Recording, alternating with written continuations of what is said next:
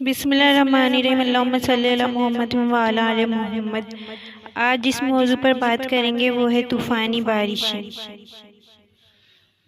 بارشوں کا موسم ہے اور ہر طرف بارش ہے، کئی جگہوں پہ سیلاب ہیں اور اتنے نقصانات ہوئے ہیں سیلاب کی وجہ سے، یہ سب ہم دیکھ رہے ہیں۔ یہ وہ قدرتی مظاہر ہیں جنہیں دیکھ کر انسان بے بس ہو جاتا ہے اور بڑے بڑے مکانات گر جاتے ہیں، فصلیں تباہ ہو رہی ہیں، سڑکیں کٹ جاتی ہیں، راستے کھو جاتے ہیں اور لوگوں کے اپنے پیارے بچھڑ جاتے ہیں۔ پورے پورے خاندان اس وقت تباہ برباد ہو رہے ہیں، ہم روز نیوز میں دیکھ رہے ہیں۔ بستیاں پانی میں بہہ جاتی ہیں، نام و نشان مٹا جا رہا ہے آبادیوں کا، بستیوں کا۔ یہ سب دیکھ کر دل کانپ اٹھتا ہے اور زبان پر بے ساختہ یہ کلمات آ جاتے ہیں، اللہ اکبر۔ یہ سب کچھ اللہ کی قدرت کے سامنے کچھ بھی نہیں۔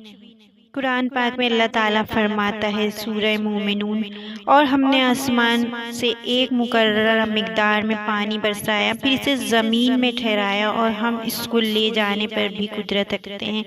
یعنی یہ بارش کبھی رحمت بنتی ہے اور کبھی آزمائش، اور پچھلی قوموں پر بھی عذاب کی شکل میں یہ بارش نازل ہوئی۔ حضرت نوح علیہ السلام کی قوم کو اگر ہم اسٹڈی کریں تو قوم کو پانی کے عظیم طوفان نے غرق کیا۔ حضرت ہود علیہ السلام کی قوم کے بارے میں اگر ہم پڑھتے ہیں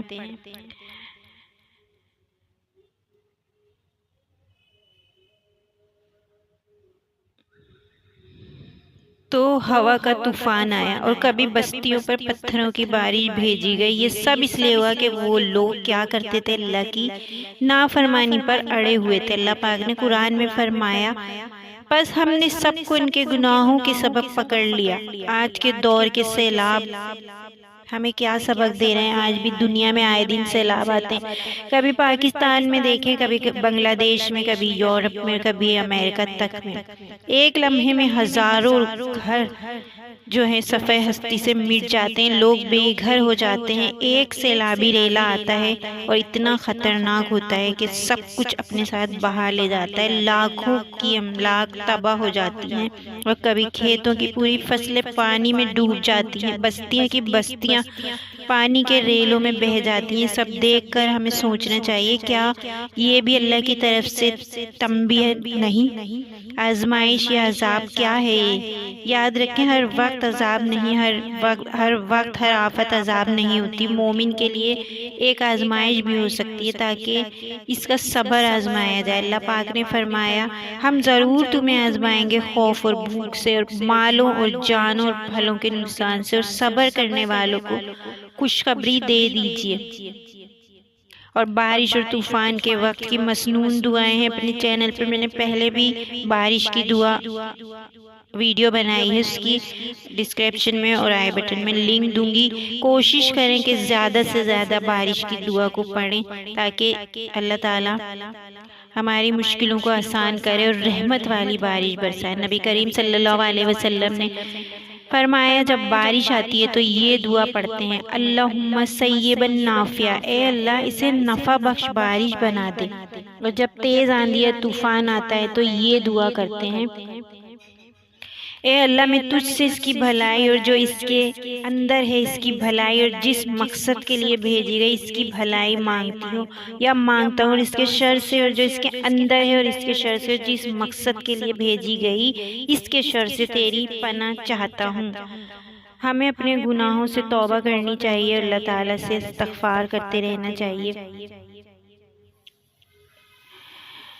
مشکل وقت میں صبر اور دعا سب سے بڑا سہارا ہے۔ نیک اعمال کی طرف بڑھنا شروع کر دیں، ابھی بھی وقت ہے، نیک اعمال کی طرف بڑھنا شروع کریں، اپنی اصلاح کریں، دوسروں کی مدد کرنا، خاص طور پر متاثرہ لوگوں کی مدد کرنا بہت بڑی نیکی ہے۔ وہ اس وقت مشکل میں پھنسے ہوئے ہیں، ان کے دل دکھے ہوئے ہیں، ان کے اپنے پیارے بچھڑ گئے ہیں۔ ایسے بھی لوگ ہیں جن کا پورا خاندان، پوری فیملی جو ہے وہ لاپتہ ہے، بارش میں سب کچھ برباد ہو گیا، تو اس وقت انہیں ہماری تسلی کی، ہماری مدد کی ضرورت ہے۔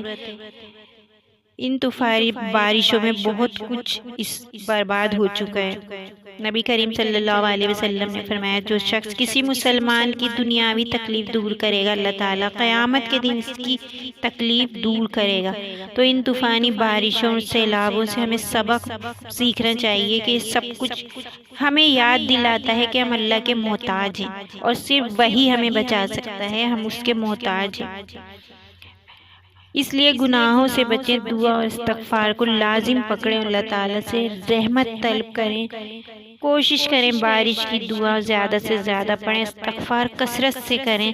اللہ تعالیٰ بہت مہربان، بہت رحیم اور بہت رحم کرنے والا ہے۔